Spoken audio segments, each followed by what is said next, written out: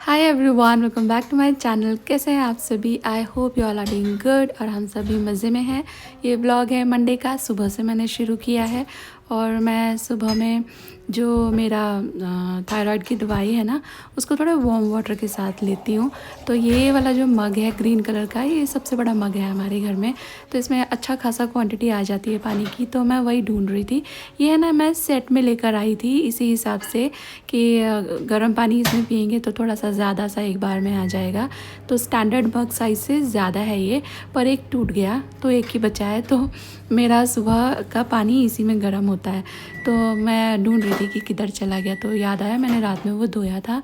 तो मैंने इसके अंदर है ना पानी रख दिया गर्म होने के लिए, और उसके बाद ये एक छोटे से कप में मैं और पानी गर्म कर रही हूँ। और ये थोड़ा सा ज़्यादा गर्म करूँगी, पीने के हिसाब से थोड़ा ज़्यादा ही। थोड़ी देर में आपको दिखाती हूँ क्या करने वाली हूँ। फ़िलहाल मैं अपनी टैबलेट ले लेती हूँ। ज़रा 5-10 मिनट बैठ करके पानी को ना अच्छी फीलिंग के साथ पीना चाहिए, क्योंकि पानी में ऐसा बोलते हैं, एक स्टडी भी हुई थी कि जैसा भाव रखोगे ना वैसा ही वो अपने अंदर अब्जॉर्ब कर लेता है।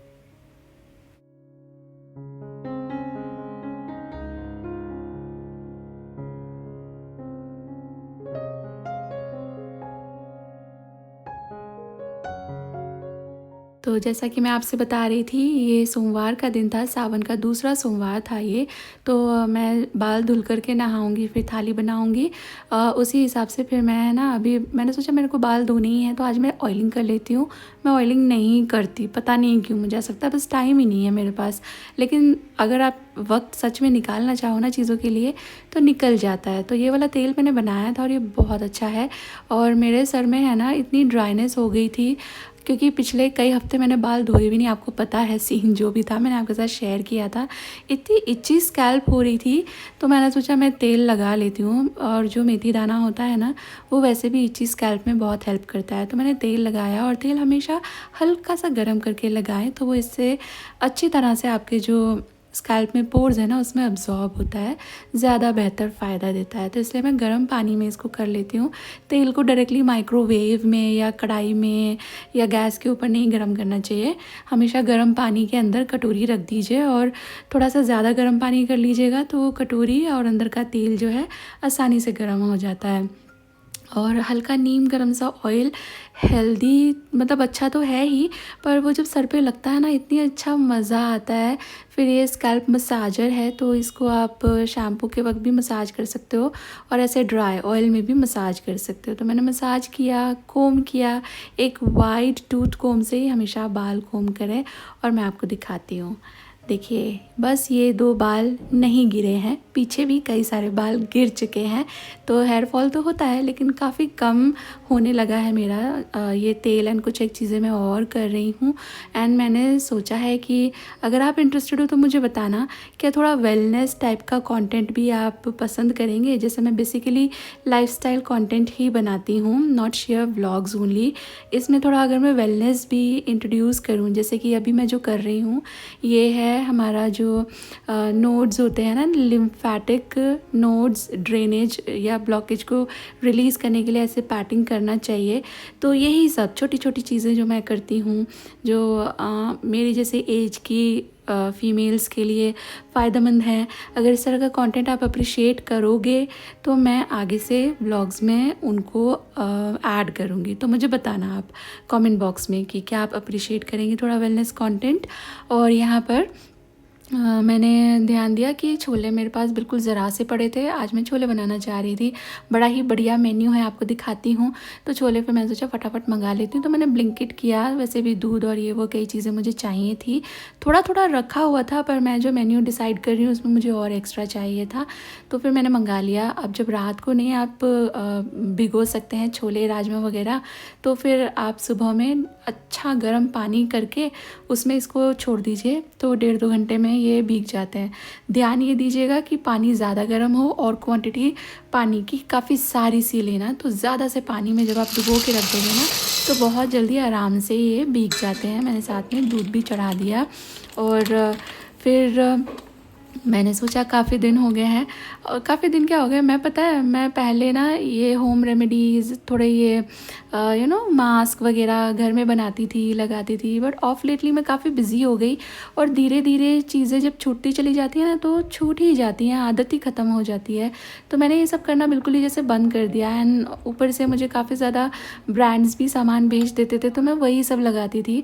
बट ऑफ लेटली मैंने ऑब्ज़र्व करा कि मेरी स्किन है ना थोड़ी सी इची हो रही है, मैं कुछ भी लगा रही हूँ उसके साथ पर्ज कर रही है। तो मैंने सोचा कि दिस इज़ हाई टाइम कि मैं थोड़ा ब्रेक दूँ और जो होम रेमेडीज़ होती हैं वो सब करना शुरू करूँ। तो मैंने ये एक पैक बनाया है, इसमें है राइस फ्लावर, दही है, और थोड़ा सा मैंने इसमें मिलाया था गुलाब जल, और इसको मैंने पूरा नेक तक लगा लिया क्योंकि मुझे तो शावर ही लेना है। तो अभी मैं जाऊँगी, शावर लूँगी और तभी इसको थोड़ा सा हल्का हल्का स्क्रब करते हुए उतार लूँगी। एक दिन में तो ये चीज़ें असर नहीं दिखाती, पर धीरे धीरे बहुत अच्छा असर आ जाता है। इनफैक्ट पोस्ट शावर आप मेरी स्किन देखना, आप भी फील करोगे डिफरेंस।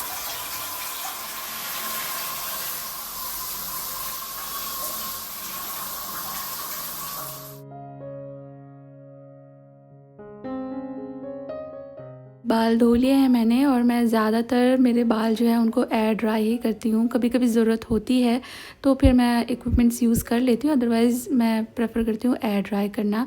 और इसके बाद फिर आज मैं अपना लिक्विड सिंदूर ही लगाने वाली हूँ, क्योंकि जो ड्राई सिंदूर होता है ना उससे भी इचिंग हो जाती है, तो आज मेरा फिर मन नहीं आ रहा था उसे लगाने का।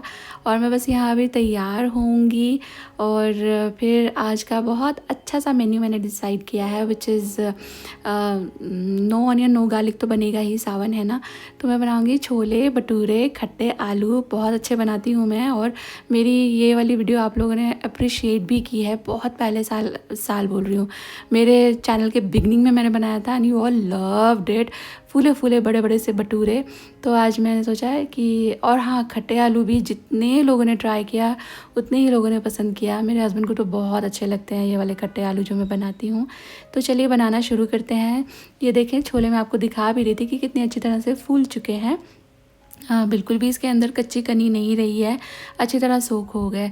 इसके बाद फिर मैं आंवला डाल करके और थोड़ा सा नमक डाल करके इसको सीटी लगाने रखूँगी। ये वाली जो बॉटल्स हैं मैंने मिस्टर DIY से ली थी, 6 ली थी, क्योंकि इसको लेने की वजह ये थी कि ये जो मेरा फ्रीज़र है ना उसका जो दरवाजे पे जो स्पेस दिया हुआ है स्टोरेज का, उसमें अच्छी तरह से बैठ जाती हैं। तो मैंने मेजर किया था डायमेंशन, और उसके बाद फिर मैंने अमेज़ॉन पे भी ढूंढा, तब नहीं मिला था। फिर मैं मिस्टर DIY गई तो वहाँ जैसे मुझे जो चाहा वो मिल गया, वाली कहानी हो गई। तो ये मुझे मिल गए। तो बहुत सारी चीज़ें हम फ्रीज़र में भी स्टोर करते हैं ना, तो इसके लिए फिर मैंने ये 6 ले लिए थे। आराम से ये दरवाजे में आ जाती हैं और देखने में अच्छी भी लगती हैं। तो मैंने रख दिया है जो छोले हैं उनको सीटी लगने के लिए। फिर यहाँ कढ़ाई मैं चेक कर रही हूँ, इसको थोड़ा सा नॉन स्टिक बनाने का तरीका, वैसे तो मैं कई 100 बार आपके साथ शेयर कर चुकी हूँ, बट फिर बता रही हूँ। इसको बहुत अच्छा पका लें, और तब तक जब तक कि पानी इसके ऊपर मरकरी बॉल्स की तरह ना घूमने लगे, तब तक आपको इसे गर्म करना है। और उसके बाद फिर हल्का सा कुछ भी फ़ैट लगा लीजिए, ऑयल घी, आप क्या बना रहे हो उस हिसाब से। एंड देन फिर आपकी कढ़ाई जो है बिल्कुल नॉन स्टिक की तरह बिहेव करती है। आज मुझे इसको नॉन स्टिक की तरह बिहेव कराना बहुत ही ज़रूरी भी था, क्योंकि मैं बनाने लगी हूँ रबड़ी, और मैंने इसलिए बड़ी सी कढ़ाई ले ली है सो दैट जल्दी से कढ़ जाए दूध, और इसकी वॉल्स पे चिपकाते हैं ना मलाई, तो फिर लच्छेदार रबड़ी बनती है। इसलिए आई चूज़ दिस कढ़ाई।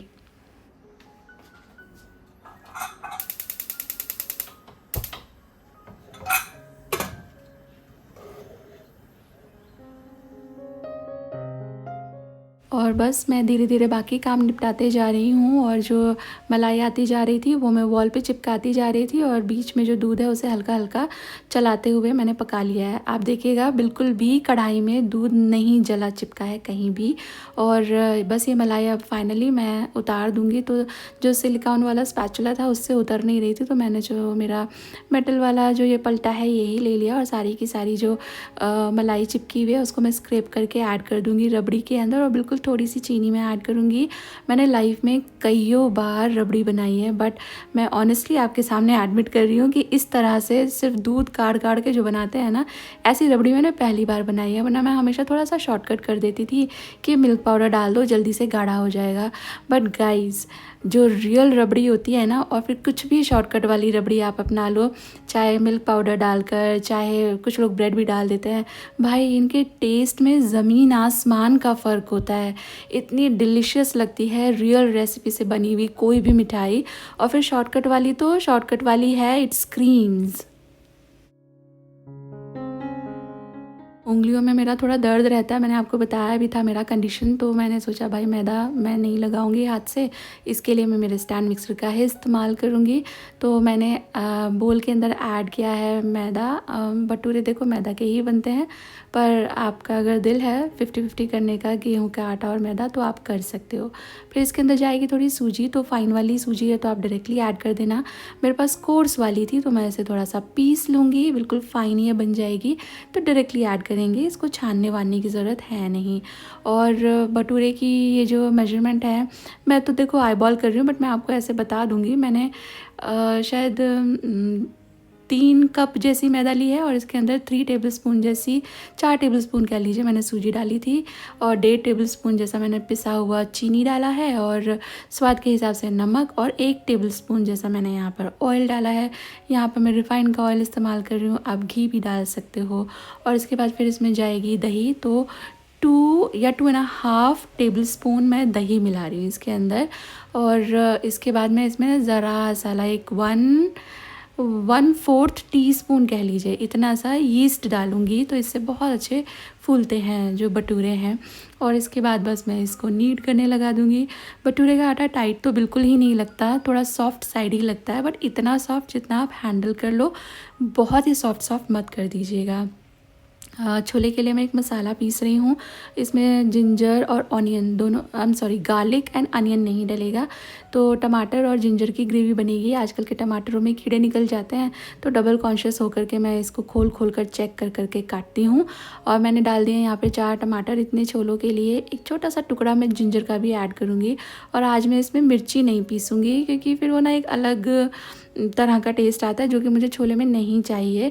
तो इसलिए बस ये दोनों चीज़ों को बिना पानी के या बिना कुछ भी और चीज़ें डाले मैंने पीस लिया है। और इसके बाद फिर जो कुकर है वो धुलकर, मैंने आलू भी बॉईल कर लिए थे, कुकर धुल कर के तैयार कर लिया है। इसी में छोले बनाऊंगी। कढ़ाई सेट कर दी है, जो खट्टे आलू हैं वो भी बनाऊंगी। तो मैं बनाने लगी हूँ सब कुछ सरसों के तेल में, बहुत अच्छा टेस्ट आता है। स्पेशली भुनी हुई सब्जियाँ, सूखी सब्जियाँ बहुत अच्छी लगती हैं सरसों के तेल में। तो छोले मैं बना रही हूँ कुकर में, तेल अच्छे से हीट अप हो गया है, तो थोड़े से खड़े गरम मसाले मैंने इसके अंदर ऐड किए हैं। ज़्यादा गरम लग रहा था मुझे, छींटे ना उड़ जाए और मेरा ज़ीरा ना काला हो जाए, तो इसके लिए मैंने कुकर थोड़ा सा अलग रख के ठंडा कर दिया। फिर मैंने इसमें ज़ीरा ऐड किया है, बस भुन जाए, काला काला ना हो, इसलिए इस हिसाब से मैंने हीट रखी है तेल की। फिर ऐड कर दिए टमाटर, फिर ऐड करेंगे इसके अंदर रूटीन के मसाले, वही हल्दी, मिर्ची, धनिया का पाउडर, और मैं इसके अंदर ऐड करूँगी थोड़ा सा कसूरी मेथी, थोड़ी ही, थोड़ा सा मेरा अपने ही ब्रांड का ये छोले मसाला है, ये लास्ट पैकेट रखा है मेरे पास। थोड़ा सा मैंने गरम मसाला भी ऐड कर दिया है, और डालूँगी मैं यहाँ पर नमक, और इसको भूनना है। भूनना तो अच्छे से है, पर इतना ज़्यादा नहीं कि बिल्कुल दानेदार मसाला बनाना है और बिल्कुल ही तेल ऊपर आ जाए, नहीं, अच्छी सी खुशबू सी आने लगेगी, बस ये भुना भुना सा आपको फील होने लगेगा, इतना ही देर इसको भूनना है। तब तक मैं जो है ये आलू मैंने जो उबाल करके रखे थे ना, इनको काट लूँगी। खट्टे आलू के लिए थोड़े से बड़े बड़े चंक्स होते हैं आलू के, तो अच्छे लगते हैं। मेरा आलू थोड़ा सा ज़्यादा पक गया, क्या हुआ ना, देखो आप, 2 आलू थोड़े मोटे मोटे थे और बाकी थोड़े से छोटे छोटे थे, तो मोटे कच्चे ना रह जाए इस हिसाब से मैंने थोड़ा ज़्यादा पका लिया, तो वो तो सही पक गए, पर कुछ एक छोटे थोड़े पानी पी गए, ज़्यादा पक गए। पर इसका भी मेरे पास सोल्यूशन है, मैं फ़िक्स आपको बताऊंगी। तो मैंने यहाँ मसाले के अंदर डाल दिए छोले, मिक्स करेंगे, ज़रा सी भुनाई करेंगे। एक टमाटर मैंने ऊपर से काट करके ऐड कर दिया है, और हरी मिर्ची मैं ऐसे ऊपर से डालूंगी, और इसको अभी सीटी लगाने रखेंगे। बट पहले मेरा तेल जो है कढ़ाई में गर्म हो गया था, तो इसमें मैं आलू ऐड कर रही हूँ। और आप देखो मैंने आलू को तेल में टॉस नहीं किया है। आलू की जो लार्जर साइड है, कोई भी सबसे बड़ी साइड जो है, वहाँ से इसको सीधे कढ़ाई के कॉन्टैक्ट में ऑयल में डाल देंगे। देंगे तो वहाँ से टिक्की जैसा ये भुनने लगेगा। ये इम्पॉर्टेंट स्टेप है, इससे ही खट्टे आलू का वो एक अलग जायका और खुशबू आती है। उबले हुए आलू में मसाले मिला दो तो आप देखना वो मज़ा आने ही वाला नहीं है। तो इसको भूनने के लिए रखूँगी मैं। और यहाँ छोले के अंदर मैं ऐड कर दूँगी पानी। जार के अंदर थोड़ा टमाटर वगैरह चिपका हुआ था ना, उसे रिंस करके मैं इसके अंदर पानी ऐड कर रही हूँ। उबालते हुए मैंने जो बे लीफ डाले थे वो मैंने अब निकाल दिए, उसकी ज़रूरत नहीं है। छोले का मैंने काला काला पानी भी निकाल दिया था क्योंकि मुझे लग रहा था बहुत ज़्यादा काले हो जाएंगे, तो उतना मुझे नहीं चाहिए था। ये देखो कितने अच्छे आलू भुन गए ना। तो ऐड कर रही हूँ मैं इसमें मसाले। हल्दी नहीं जाती इसमें, बाकी मैंने ऐड किया है मिर्ची का पाउडर, धनिया का पाउडर, थोड़ा सा गरम मसाला, बिल्कुल ज़रा सा सौंफ का पाउडर भी मैंने ऐड किया है। ऐड करूँगी मैं इसके अंदर नमक भी। और बस अब इसको मिक्स देंगे। जब इसकी सारी साइड सील हो जाएंगी ना भुन भुन के, तो तब आप इसको मिक्स दीजिएगा। तो इससे ना इसका शेप रिटेन रहेगा और बहुत बढ़िया आलू की कोटिंग हो जाएगी। आई एम सॉरी, मसाले की कोटिंग हो जाएगी हर तरफ आलू पर। तो ये देखने में और खाने में ज़्यादा अच्छे लगते हैं। खाली उबले हुए आलू आप डाल दें और फटाफट घोट दें उनको मसालों में ना, तो ना तो आलू पे वो सुंदर कोटिंग आती है और ना ही वो मज़ा आता है। मैंने इसमें हरी मिर्ची भी ऐड करी थी। और जब ये बिल्कुल भुनकर तैयार हो गया है तो लास्ट में आमचूर ज़रूर से मिलाना। इसमें आमचूर ज़्यादा अच्छा लगता है, पर आपका दिल चाहे तो आप नींबू निचोड़ सकते हैं, बट आई टेल यू आमचूर ज़्यादा बेटर रिजल्ट देता है। हरा धनिया मैंने डाल दिया। आलू तो हो गए मेरे रेडी। और यहाँ पर छोले देखिए डन हो गए हैं। पर एक तो मुझे इसकी थोड़ी सी ग्रेवी पतली लग रही थी, दूसरा मुझे थोड़ा सा ज़्यादा रनी भी लग रहे थे। तो मैंने थोड़े से छोले जो है मैश कर दिए और वापस से गैस ऑन कर दिया था। हरा धनिया भी ऐड कर दिया है। थोड़ी सी कंसिस्टेंसी मेरे हिसाब से आ जाएगी ना, तब मैं इसको बंद कर दूँगी। इतने में मैं अभी ये जो है आलू इनको डिश आउट कर रही हूँ, क्योंकि सेम कढ़ाई में मैं बनाने वाली हूँ चावल भी। एक बर्तन और क्यों गंदा करना। अच्छा, मैं एक चीज़ आपके सामने एडमिट करूँगी कि मुझे है ना व्रत त्योहार और हिंदी कैलेंडर एंड तिथि समझ नहीं आते हैं। मैं अब सीखने की कोशिश कर रही हूँ। मैंने कभी ये सीखा भी नहीं, इंटरेस्ट भी नहीं लिया। बट जब आप होम मेकर होते हो, गृहिणी होते हो, तो ज़रूरी है कि हम ये खुद भी सीखें, समझें और अपने बच्चों को भी समझाएं। दैट्स हाउ हमारे रीति रिवाज, हमारे त्यौहार अलाइव रहेंगे। तो मैं सीख रही हूँ। कुछ अपनी सासू मॉम से पूछ लेती हूँ, कुछ अपनी जेठानी लोगों से पूछ लेती हूँ और कुछ मैं गूगल पे पढ़ लेती हूँ। तो मैंने पढ़ा था कि जो इस बार का सावन सोमवार है दूसरे नंबर का, वो एकादशी पे है। पर एकादशी सुबह 9 बज के कुछ मिनट पे ख़त्म भी हो रही थी, उसके बाद से द्वादशी लग रही थी। तो मैं थोड़ी डाइसी थी, राइस बनाऊँ कि ना बनाऊँ। बट क्योंकि तिथि चेंज हो गई थी, एकादशी पे बनाते नहीं हैं, तो फिर तिथि चेंज हो गई थी, तो फिर मैंने सोचा चलो बना लेती हूँ। ठीक किया क्या, आप मुझे बताना क्या ऐसे कर लेते हैं। तिथि अगर बदल जाए तो नई तिथि के हिसाब से काम किए जा सकते हैं ना। और जो राइस है इसको मैंने अच्छी तरह से पाम्स में थोड़ा थोड़ा हल्के हल्के हाथों से रगड़ लिया है। इसके ऊपर का सब कुछ उतर चुका है, पॉलिश एंड एवरीथिंग। और ये जो पानी है ये जाएगा मेरे प्लांट में। और मैं बाहर आई थी तो फिर मैं देख रही थी, बारिश होती है ना तो एकदम सड़क पे पानी पानी भर जाता है, वैसे ये उतर भी जाता है। हम लोग थोड़ा सा न्यू बिल्ट एरिया में रहते हैं तो यहाँ पानी ठहरता नहीं है, बट जो सिटी में अंदर के जो एरिया हैं, जो पुराने बने हुए हैं ना, वहाँ पे तो पानी भर जाता है। और फिर हमारे यहाँ पे एक बहुत बड़ी नदी है, विश्वामित्री नदी है उसका नाम, और उसमें ना मगरमच्छ रहते हैं, पूरे साल आराम से अंदर रहते हैं। पर जब बारिश की वजह से या पानी की निकासी ना हो पाए ना, तो नदी का और सड़कों का लेवल एक हो जाता है। तब वो मगरमच्छ फिर तैरते तैरते जहाँ उनका दिल आए वहाँ पहुँच जाते हैं। तो हर साल वडोदरा में इधर मगरमच्छ आया, उधर मगरमच्छ आया, मगरमच्छ ने इसको नुकसान पहुँचाया, उसका नुकसान पहुँचाया, या मगरमच्छों को रेस्क्यू किया। इस तरह की न्यूज़ आम ही हो जाती हैं मॉनसून के सीज़न में। मैंने संडे को जो मेरा डाइनिंग टेबल था ना, उसका थोड़ा सा सेटिंग चेंज की थी। और उसके बाद फिर ये सब कपड़े मैंने धुलने लगा दिए थे, तो ये धुल चुके थे। तो फिर अभी मैंने सोचा इनको निकाल के सुखा देती हूँ। थोड़ा ड्रायर वगैरह चलाना पड़ता है, तो अभी धुलने में ज़्यादा वक्त लग जाता है कपड़ों को, नहीं तो फिर सूखेंगे नहीं। बट ये बालकनी मेरा कुछ ऐसे बना हुआ है कि इसके अंदर बारिश का पानी नहीं आता। और उसके बाद फिर मैं क्या करती हूँ, वहाँ पर AC का एक्सटर्नल यूनिट भी है ना, तो फिर AC चला देते हैं घर के अंदर, तो वहाँ से एकदम ब्लोअर जैसी हवा निकलती है बाहर से, बाहर वाली यूनिट से ना, तो उससे कपड़े मेरे जल्दी से आसानी से सूख जाते हैं। तो ये ट्रिक मेरे बड़े काम आती है जब मुझे कपड़े फटाफट सुखाने हों। तो आप देख रहे हो मैंने रायता बना लिया बूंदी का तड़के वाला, छोले भी बढ़िया सुंदर रेडी हो गए हैं। कलर आपने देखा अच्छे रेड ह्यू वाला, बट ब्राउन ही आया है, काले काले नहीं हुए। तो मुझे ये कलर चाहिए था, इसके लिए मैंने एक्स्ट्रा जो पानी है वो निकाल दिया था। रायता में मैंने थोड़ा सा ऐड कर दिया है धनिया, आलू में तो मिलाया था पर वो तो सारा चिपक गया आलू से। थोड़ा सा ऊपर से और डाल दिया है। और ये देखो रबड़ी, और भाई मेरे बच्चों ने ज़िंदगी में पहली बार ऑथेंटिक रबड़ी खाई है, जो हमने भी कभी बचपन में ही खाई थी, उसके बाद तो कहीं से भी खाई। रियल रबड़ी जैसा टेस्ट उसमें नहीं मिलता है। शायद बाहर वाले भी हमारी तरह ये शॉर्टकट अपनाते हैं, शायद नहीं, वो लोग तो कुछ ज़्यादा ही शॉर्टकट अपनाते हैं। मिठाइयों में अरारोट मिला देते हैं, आलू मिला देते हैं, तभी तो त्योहारों के वक्त कितने सारे मावे के और मिठाइयों के सैंपल फेल हो जाते हैं। बहरहाल सब कुछ रेडी हो गया है और मैंने अब यहाँ पर जो भटूरे हैं वो बनाने की तैयारी शुरू कर दी है। तो मैंने सोचा था कि मैं भटूरे बनाऊंगी रिफ़ाइंड ऑयल में। मैंने बंद कर रखा है रिफ़ाइंड ऑयल में फ्राइंग, है ना, पर भटूरे थोड़े वाइट वाइट होते हैं और रिफ़ाइंड थोड़ा लाइट लाइट होता है, तो अच्छा रिज़ल्ट मिलता है। लेकिन फिर मेरे हस्बैंड को ये है कि नहीं, फ्राइंग कर रहे हो तो सरसों के तेल में करो, हम थोड़ा सा बैड कलर से कॉम्प्रोमाइज़ कर लेंगे, बट एटलीस्ट ये है कि खाएंगे तो हेल्दी। तो मैंने कहा चलो ठीक है, आपकी बात सही है, वही कर लेते हैं। तो मैंने यहाँ पे पेड़े काट लिए हैं। भटूरे के पेड़े थोड़े अलग स्टाइल से काटे जाते हैं, जैसा आपने मुझे देखा। ऐसा करने से ना इस पर क्रीज़ नहीं आती, वरना आप कभी करके देखना, एक भटूरा का बॉल इस तरह से काटना और एक भटूरे का पेड़ा वैसे बनाना जैसे हम रोटी बनाते हैं। तो जो रोटी वाला पेड़ा होगा ना उसमें क्रीज़ होती है, इससे बाद में ना वो भटूरा फूलने में दिक्कत करती है। तो इसलिए इस तरह गोल गोल करके काटिएगा तो क्रीज़ सारी ख़त्म हो जाती है और हर भटूरा फूला था मेरा और बहुत सुंदर बनते हैं। तो ये देखो, पहला तो ये कि ये पीले पीले से हो गए ये सफ़ेद सफ़ेद से रहते तो और सुंदर लगते, बट भाई हर भटूरा गुब्बारे जैसा फूला है। एंड अन्नपूर्णा माँ की कृपा है कि हमेशा अच्छा ही फूलता है, अच्छा ही बनता है। और इसको बस मैं सेक लूँगी दोनों तरफ से। Look at it, how pretty it is looking.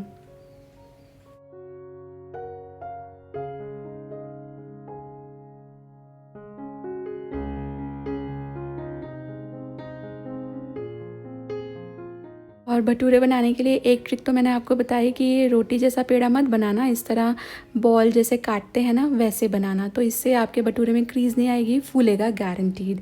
एक ट्रिक ये भी होती है कि आपका तेल का टेम्परेचर बिल्कुल कम ना हो। कभी कभी हम पूरी जैसा तेल में डाल देते हैं ना भटूरा, तब वो अच्छे से नहीं फूलता है।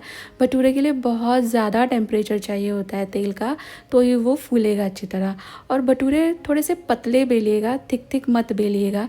ये सब आप ट्राई करके देखना, इतने अच्छे बनेंगे ना आपके भटूरे भी हर बार। और डो लगाने में क्या क्या ऐड किया है वो तो मैंने आपको बता ही दिया है। भटूरे का डो है ना, उसे 2 घंटे रेस्ट कराइए तो वो और भी अच्छे रिज़ल्ट देता है। एंड कितने प्यारे ये बन रहे थे। मैं तो भटूरा ऐसे ही खाती हूँ, उसका मज़ा लेती हूँ, बाद में फिर चम्मच से छोले मुंह में डालती हूँ। मतलब ये इतने ज़्यादा डिलीशियस लगते हैं। तो आप बनाना, सब चीज़ें ट्राई कर लेना क्योंकि आपको मज़ा आएगा। सब बहुत अच्छी रेसिपीज़ हैं। और चलिए एंड कर लेते हैं वीडियो का। आपको थैंक यू बोल दूँ, आपने यहाँ तक मेरी वीडियो देखी। एक लाइक और देते जाइए please. Thank you so much guys, take care, bye bye.